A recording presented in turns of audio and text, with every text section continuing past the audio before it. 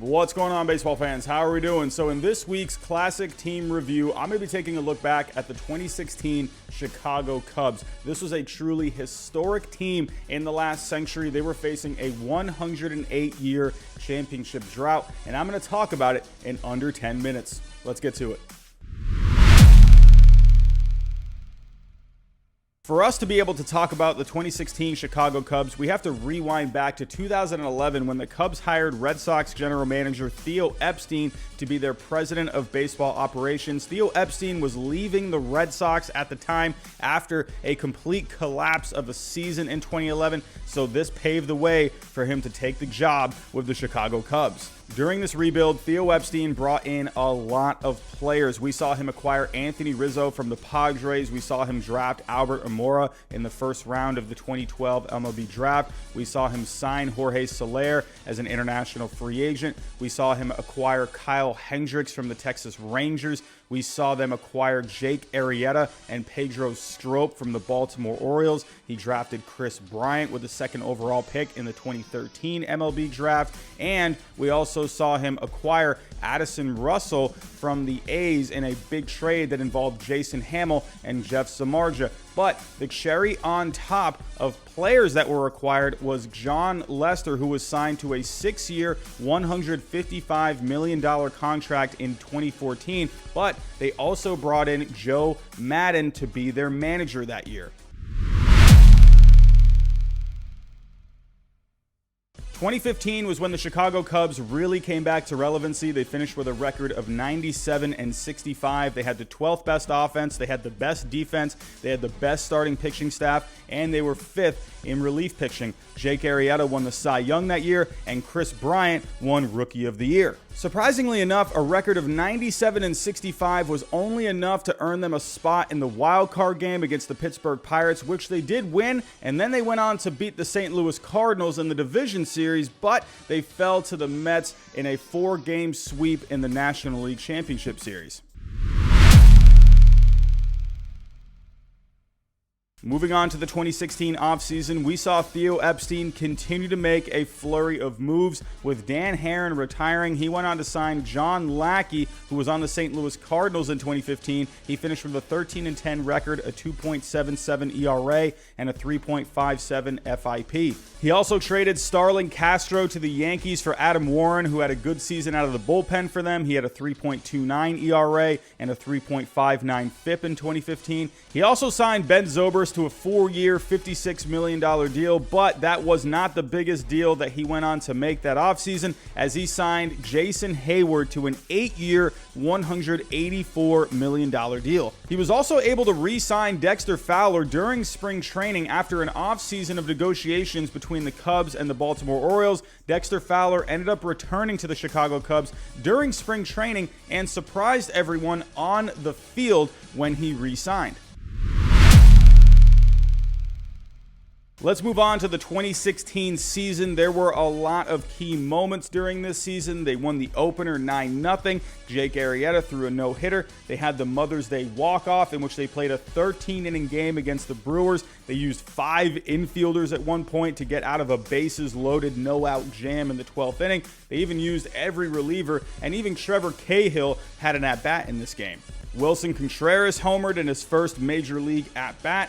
Kris Bryant was the first ever with 3 home runs and 2 doubles in a game. They had a comeback walk-off win, which saw Jon Lester put down a suicide squeeze for them to win the game. They beat the Marlins on a walk-off wild pitch. But one of the biggest moments of the Chicago Cubs 2016 season happened back in July, where they had lost 15 of 20 games. They had a bullpen that was completely struggling, so they turned to the Yankees and made a trade for one of the most dominant relievers in the game in Aroldis Chapman, in which they also sent Gleyber Torres back to the Yankees. Overall, the Cubs finished with a record of 103-58 to win the division. They had the second best offense, the first best defense, the second best starting pitching, and despite their bullpen only ranking 21st on the year, they had the 12th best bullpen in the second half after acquiring Aroldis Chapman. Moving on to the division round, they would face a Giants team that won the wild card game and a Giants team that liked to win World Series in even number years. In this series, we saw Jon Lester and Johnny Cueto duel in Game 1.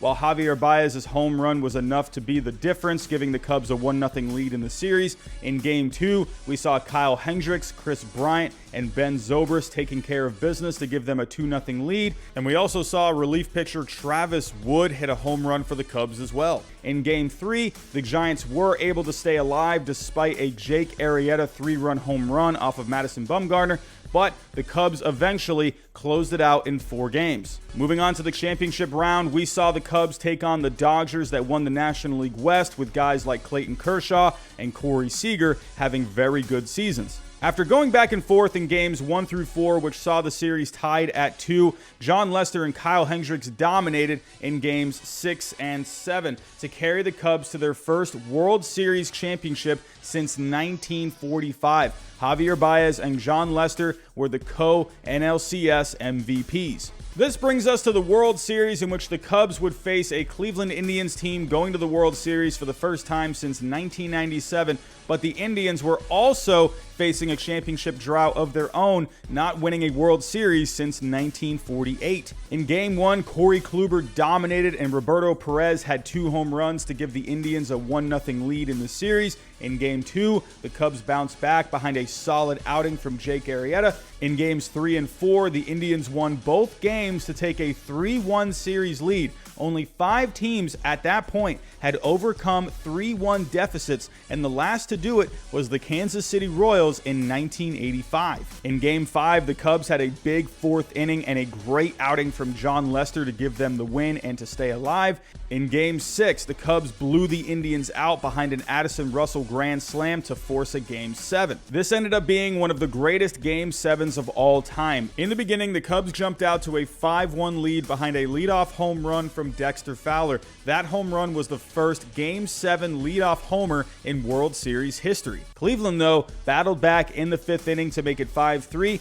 but now Cubs manager David Ross had a home run to make it 6-3. However, we would go on to see one of the biggest moments of all time in the 8th inning. After a Brandon Guyer RBI double, Rajai Davis hit one of the biggest home runs in World Series history off Aroldis Chapman to tie the game at 6. After a scoreless 9th inning that sent the game to extra innings, we would go on to have to wait during a 17-minute rain delay. However, during this time, Jason Hayward held a team meeting with the Cubs that players to this day still say was one of the biggest moments during that postseason run. After the rain delay subsided, we saw the Cubs get back to work. Schwarber led off with a base hit, and pinch runner Albert Amora advanced to second on a fly ball from Kris Bryant. Ben Zobrist, after this, came through with an RBI double, and Miguel Montero provided a key insurance run to give the Cubs an 8-6 lead. In the bottom of the 10th, the Cubs would rely on a bullpen that had struggled before acquiring Aroldis Chapman and brought on Carl Edwards Jr. to try and close it out. But after Rajai Davis came through again with an RBI base hit, Mike Montgomery came in. In the end, he was able to induce a ground ball to Kris Bryant, and finally, after 108 years, the Cubs won the World Series. So those are the 2016 Chicago Cubs, a truly great team in the history of this game. Let me know what you thought about that team down below in the comments. Did I leave out any of the key moments during their season or playoff run? Let me know. But that's all I have for this week's Classic Team Rewind. I'll talk to you next time.